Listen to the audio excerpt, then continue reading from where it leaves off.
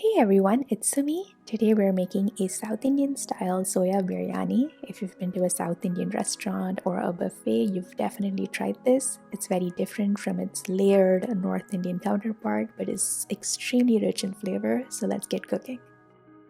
We're going to start by roughly chopping around half a cup of tomatoes. We're then going to rinse our mint and cilantro. We're using a whole bunch of mint and half a bunch of cilantro, which gives around half a cup of mint and half a cup of cilantro when chopped roughly. We're also going to slice around 1 cup of red onion and finally chopping around 2 cloves of garlic. For the rice, we've taken 2 cups of white basmati rice and we're going to rinse this under cold running water until the water runs clear. This is to get rid of any excess starch and any impurities, and so the rice is nice and separate once the biryani is cooked.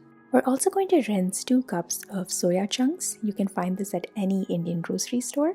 And we're doing this once again to get rid of any impurities and powders that may have settled at the bottom of the box. Once that's done, we're going to pour hot water all over our soya to completely cover it so they soften.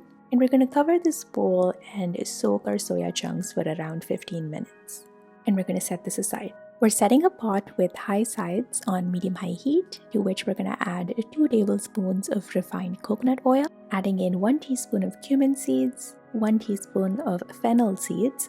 Fennel is crucial to this recipe to give it that rich South Indian chettinad flavor, 2 cinnamon sticks, 3 to 4 cloves, and we're going to fry all of these spices till it gets fragrant and the cumin and fennel seeds change color to a darker shade.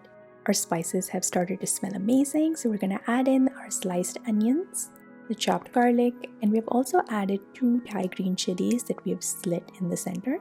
We're using slit chilies so it doesn't get too spicy. We're going to mix all of this really well. We're also going to lightly salt our onions to speed up the cooking process. And we're going to cook this until the onions turn translucent, which should only take a couple of minutes. Our onions look great, so now we're going to add in our chopped tomatoes and half of our chopped herbs, so the cilantro and the mint. We're going to reserve the other half to add in later for some extra freshness. And we're going to cook all of this for around 2 minutes till all the herbs have completely wilted and the tomatoes begin to break down. At which point we're going to add 1 teaspoon of turmeric powder, 1 teaspoon of Kashmiri red chili powder. You can also substitute with paprika, and 1 tablespoon of biryani masala. Again, you can find this at any Indian grocery store. The biryani masala is definitely optional, but you can substitute with around 2 teaspoons of garam masala. We're going to cook all of this for around 2 to 3 minutes to get rid of any raw smell of the spices. This looks great. So now we're going to add in our soaked and strained soya chunks. You want to make sure to squeeze your soya to get rid of all of the moisture before adding it to the pot. And we're going to mix all of this till the spices coat all of the soya chunks evenly.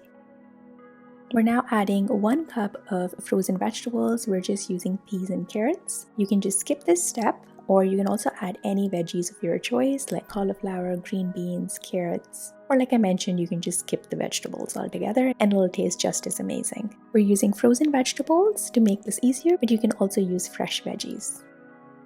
We're going to give our vegetables a couple of seconds before we add in our rinsed and strained basmati rice.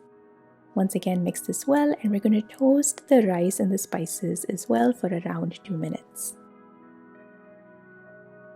It's been 2 minutes, so we're going to add 1 cup of full-fat coconut milk. This is what gives the rich flavor to this biryani because it cooks in this incredibly spiced coconutty gravy, followed by 3 cups of hot water. Since we've added a cup of coconut milk, 3 cups of water is perfect to get nice separate grains. We're going to add 1 more teaspoon of garam masala, all of our remaining herbs, the cilantro and the mint. Salt to taste. We used around 2.5 teaspoons of salt, but you can add more or less according to your preference. We're going to mix all of this till it's well incorporated. Reduce the heat to low and cook covered for 25 minutes. We like to check on our biryani around the 15-minute mark to gently fluff the rice with a fork and to also make sure there's enough moisture and nothing is stuck to the bottom of the pot. Cover once again and cook for 10 more minutes on low. As you can see, the grains are completely separate. They have not clumped up together, and that's what we're looking for. If you find that your grains are not separate enough, just give it some time. As it cools down, the grains will begin to separate and fluff up easily. This is a great recipe for a weeknight meal. As you saw, there was not a lot of prep. It's also an amazing recipe for hosting. Soya biryani is traditionally served with onion raita, which is basically chopped up onions and some Thai green chili in yogurt. I've used coconut kefir and I prefer it, but you can use any plant-based yogurt of your choice that's unsweetened, some papad, and of course some pickle. Let me know if you tried this recipe in the comments below. I'd love to hear from you. And please like and subscribe for more such recipes, and I'll see you next time. Bye!